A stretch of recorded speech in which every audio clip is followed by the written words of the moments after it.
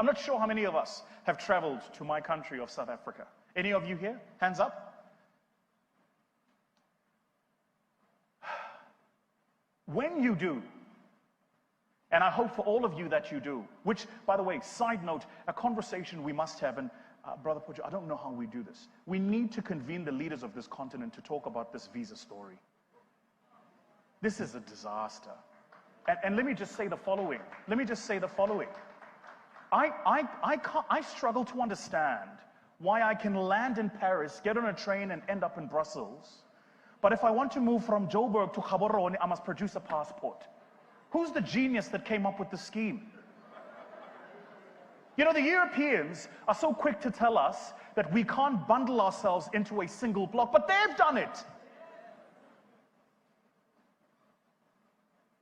When you publish this, you must just leave that part out, because I'm busy raising money from them, you know, I don't know. They're going to say, he's too radical.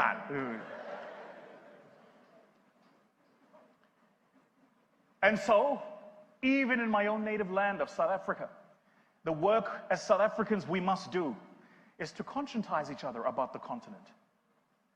In my mind, and I was listening to your comments, ma'am, about the youth service, I'm seized to understand and failing to understand why we are not deliberately sending young people into other parts of the continent.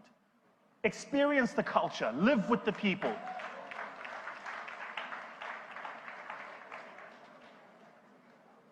To come here, to be here in this beautiful country, I had to go through Ethiopia.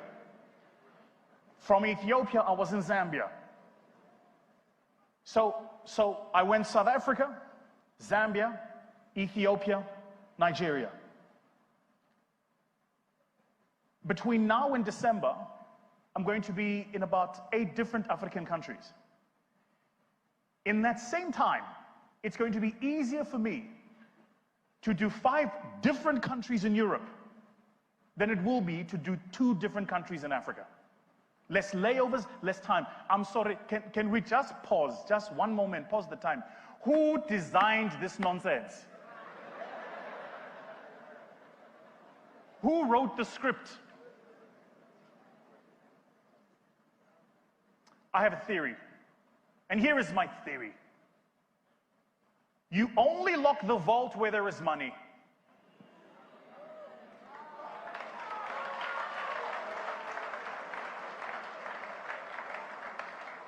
And so maybe there's a reason you've been kept out of that neighboring country.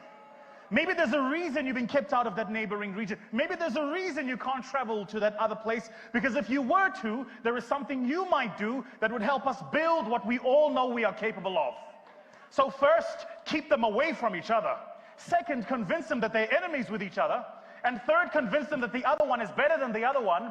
And before you're done, they will hate each other so much you don't even need to pass policy or law.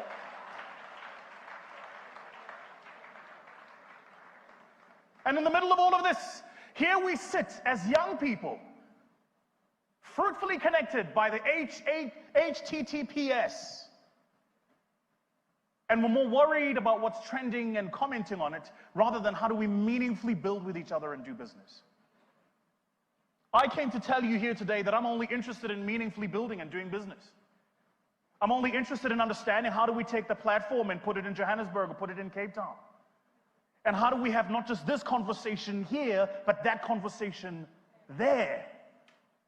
Because until and when Africa truly is of a single mind, it will continue to be the fodder and the meal for the rest of the global average.